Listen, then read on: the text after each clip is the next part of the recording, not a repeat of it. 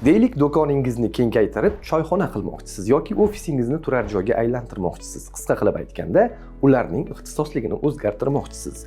Bu ishlarni darrov boshlab yubormang. Avval ruxsatnoma olish kerak. Shuningdek, noturar binoni rekonstruksiya qilish, uni yoniga qo'shimcha bino qurish va qolaversa, uyingizni noturarga o'tkazish uchun ham ruxsat kerak bo'ladi.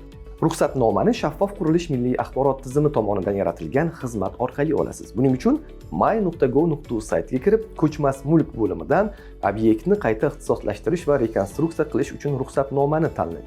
So'ngra xizmatdan foydalanishni bosib, o'zgartirish kiritayotgan obyektingiz kadastr raqamini belgilang.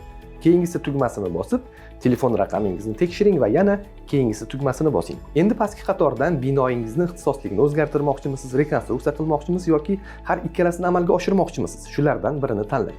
Keyin bu o'zgarish obyektda qisman yoki to'liq bo'ladimi? Shuni ham belgilaysiz. Endi nima ishlar amalga oshirmoqchi bo'lganingizni sodda tilda va to'liq yozing. Agar uyingizni noturar toifaga o'zgartirayotgan bo'lsangiz, bu uyga birgalikda egalik qiluvchilarning notarial tasdiqlangan yozma roziligi ham kerak bo'ladi.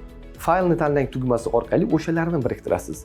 Keyingisi tugmasini bosib, ma'lumotlarni tekshiring va 2 marta yuborish tugmasini bosing.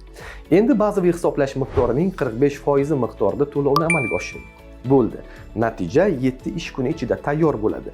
Bu vaqt oralig'ida mas'ul xodim obyektni borib o'rganadi va xulosa beradi.